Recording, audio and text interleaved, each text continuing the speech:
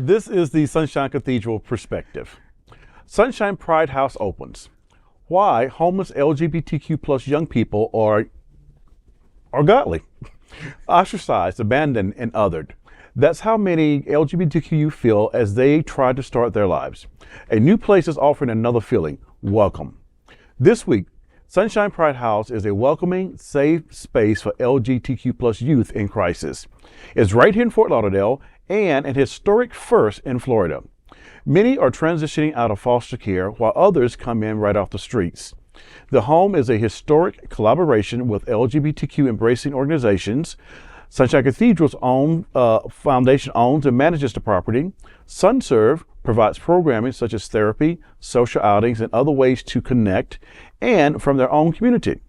Flight Center supervises the home and does intake for new residents. The Our Fund Foundation is responsible for the continuing for the funding for the house and programming. And Sunshine Pride House is a 6-bedroom, 4-bathroom, 2,854 square foot duplex accommodating up to 12 LGBTQ plus young adults. While most of the residents are long-term, meaning they're there for several weeks or months, 2 beds are kept open for emergency intake. While other area groups have attempted similar efforts, they've all come up short. Sunshine Cathedral believes this time it will be different.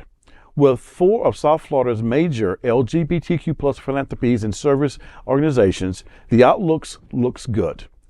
Though the Sunshine Pride House physically property is paid for from the donations made by some generous community members, there are ongoing operating costs that are incurred to support the programs and the services.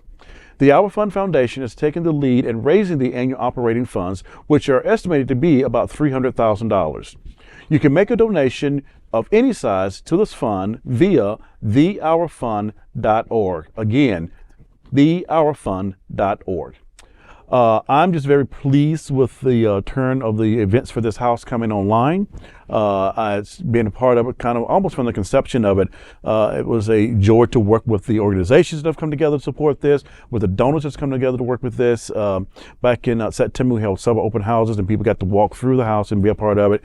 And I actually happened to be on site the first night. Some residents were moving in, and it was like, this was just a moment of realizing that groups of people, donors have come together to make something happen that's going to make a major difference in a young person's life. Yeah. And I think back to my roots of a little kid growing up in Alabama, that if something like this had existed, God knows how it may have turned out. I turned out pretty good, I think. But for that one person somewhere who may need something like this in our own community, there's now a safe place for them to come and be a part of a group type setting where they get services, where they get social services provided, they get therapy, or anything they may need. And it's done by 2 wonderful organizations. So I'm glad that the Sunshine Cathedral, the Sunshine Cathedral Foundation, and the Our Fund are part of making this happen. And so grateful to the donors as well. And it's what I love about it is that the Flight Center and SunServe, they are proper social services organizations. That you're getting clinicians, you're getting licensed social workers, you're getting people who are well trained in their field. You're not just getting church volunteers or whatever. No, these are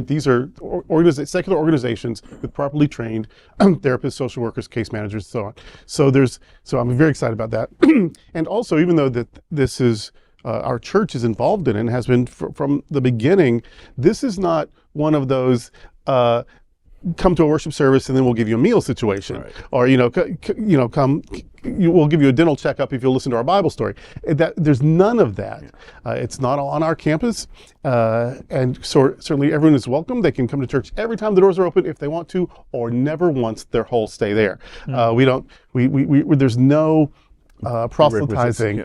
This is our gift. We want to keep you safe. We want to keep you safe and happy and give you a good start in your adult life, and that's it. That's the whole agenda. So if you've got a religious bone in your body, you want to check something out, there's several in town that'd be good for you, and we're on that list.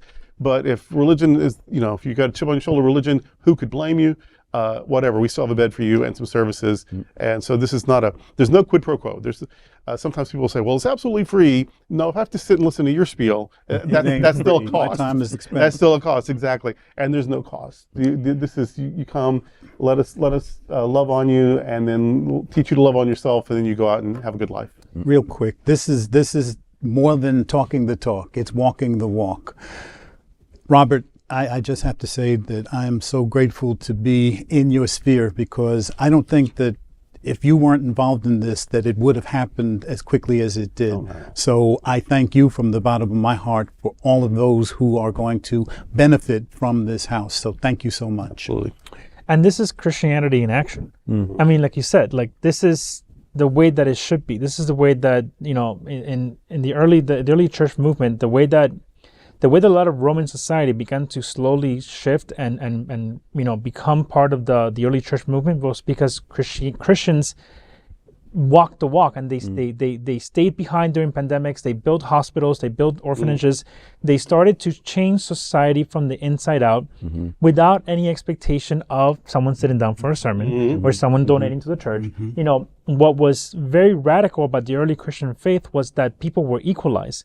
Everyone was equal. The moment that you stepped through the doors of these early Christian houses, you were all equals under Christ. So I think this is beautiful, and the fact that Sunshine Cathedral is doing this is a model for what churches should be doing. Instead of fighting about human sexuality, why don't you build, you know, housing, free housing for people, and especially for queer people who need it and who are being, you know, right now targeted across the board in this country. And I applaud Sunshine Cathedral for this. I think it's beautiful, and I applaud also all of the other partners that are making this happen, because they're putting their money where their mouth is. Yeah, and that's about important. that. And that's the thing, though, that there's 5, I guess. There's the 2 social services, and then there's the property management, which is us, and then there's the philanthropy, which is our fund. These organizations, no one organization could do what we're all doing together. Right. This took shared vision and collaboration. Instead of a lot of times we're competing for grant dollars or for media attention or whatever, and we're competing to who can get there first, or, you know, whatever.